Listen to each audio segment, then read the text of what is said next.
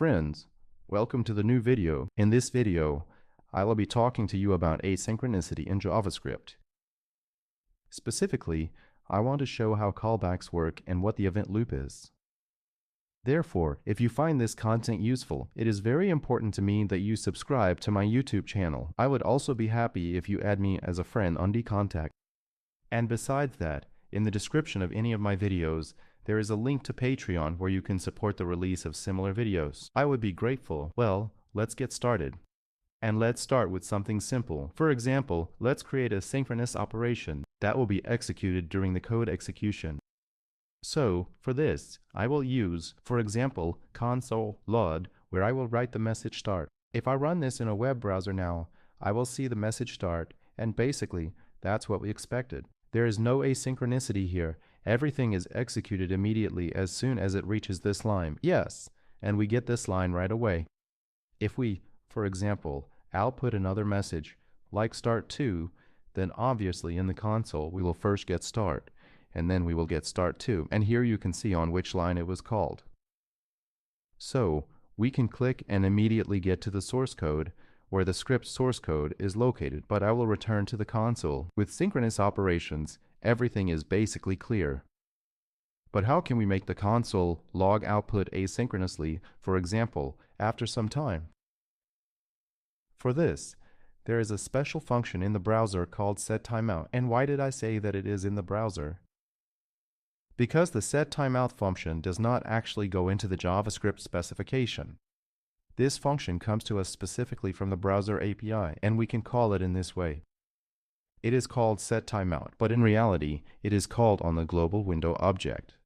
That is, this is a method that comes to us from the browser API. What does this method accept?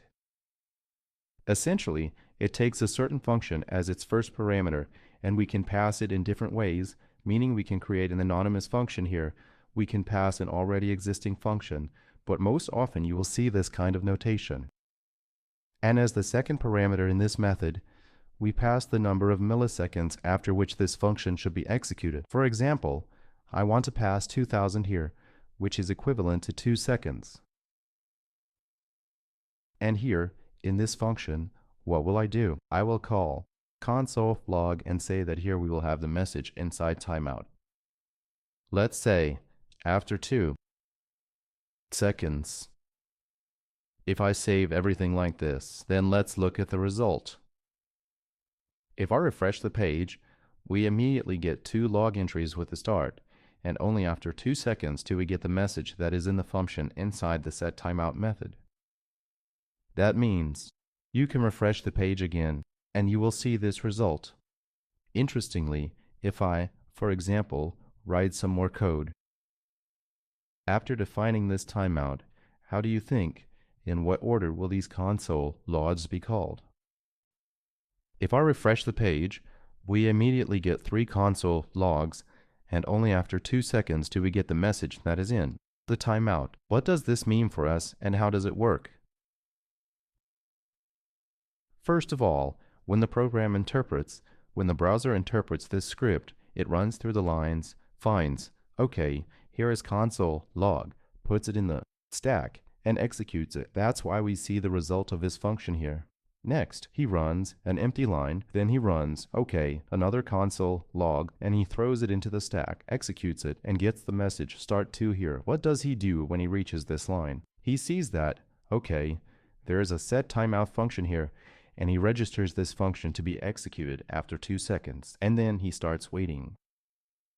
But then, as you can see, we immediately get in. That is, the program does not pause here. It does not wait for this function to complete. It immediately jumps to the 9th line. Yes, let me refresh the page again, and you can see that we immediately have all 3 console logs. That is, essentially, everything that is in asynchronous mode is executed immediately. What is very important is that the place where we register some asynchronicity, the script execution is not blocked here. And we just kind of place this function somewhere, and after the required amount of time, it gets called. So, if I change this to 5 seconds, for example, and refresh the page, it is obvious that we will get this message in 5 seconds. As you can see, everything works perfectly. Moreover, we can, for example, add another setTimeout. Let me show you ways to use it. That is, for example, we will have some kind of timeout function here, let's say 2 seconds, for instance. Well, here I will output some console.log so that it can be distinguished. Basically, it doesn't really matter what I'm doing here. I will call this timeout in 2 seconds, and here I can simply pass the timeout to seek function. The main thing is that I don't call it, because if I write parentheses here, it will be called immediately. We pass it just as a reference.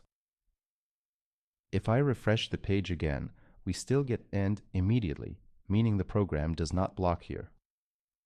And then, in the order of timeouts, we get the necessary console.logs. But how does this work at all?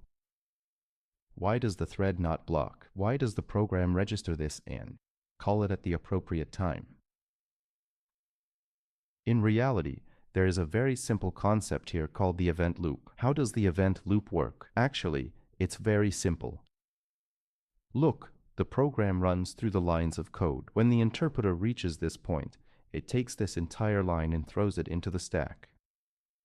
In the stack, it starts looking, okay, there's a setTimeout function here and this is some browser API, so it takes and removes it from the stack, but registers this function and waits for the browser's external API to execute the setTimeout method, and when this method is executed, the function that we register here goes into what is called a queue, where a very simple loop essentially runs through this queue, and if it sees that the function is ready, it puts it back into the stack and executes it. In other words, we do not block the thread, and therefore we can use a large amount of asynchronicity. Now we will discuss a more illustrative example of how this works. But before that, I wanted to clarify that this is not just about, for example, setTimeout. This is about any asynchronous operations that exist in the language. That is, these are various event listeners, such as scroll or button clicks, or working with the server. That is, all of this is an asynchronous operation, and in fact, we are now looking at this with a simple example. Now I want to show you a service that very easily and effectively demonstrates how the event loop works. For this, I will open the browser wider and go here. This service demonstrates the principle of the event loop, and now we will look at the same example I told you about, but in a more visual way. So, here on the left, we can write some code. Here we can edit HTML, and then here we have the call stack, which is essentially the place that executes our program. There is a large block of external web API and a callback queue. Let's write something simple for now. For example, console.log start. You can ignore this for now. I'll even comment it out. I'll press save and run and watch what happens. You might not have noticed, but pay attention to this spot where the call stack is indicated. I'll press rerun now, and at the bottom, you'll see console log start appear, but since this operation is synchronous, it immediately disappears from the call stack. So, we got our console log and there's no reason to keep it here any longer. It makes sense that if we add another console log start2 here, press save and run, we first get the first console log, then the second console log, and that's it, the program is finished. Now, here's something interesting. If we, for example, use setTimeout, we pass a function here. And we will call it in 2 seconds, or no, let's make it 4. Actually, let's make it 5 seconds to make it more illustrative. Here we will write console log, and let's say we will repeat our logic where I will write inside setTimeout. Well, there was some text like that, so I'll make an assumption. I think you got the idea. And right away, let's write console.log end here. That is, let's repeat what we did before. Now watch closely. I press save and run. First, console.log start, then console.log start2. Next, this setTimeout method is called. And as you can see, we get an anonymous function here. You might not have caught the logic just now because everything was executed quite quickly, but we will repeat it now, and I will explain it again.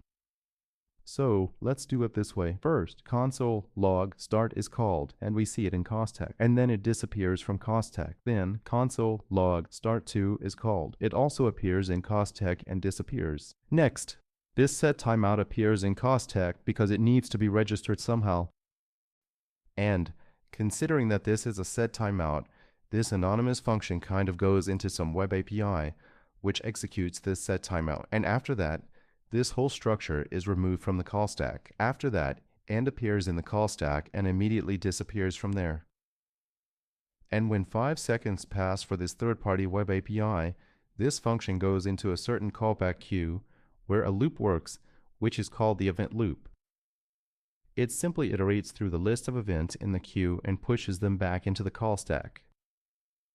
For clarity, let's set it to 10 seconds here and try to look at this logic again.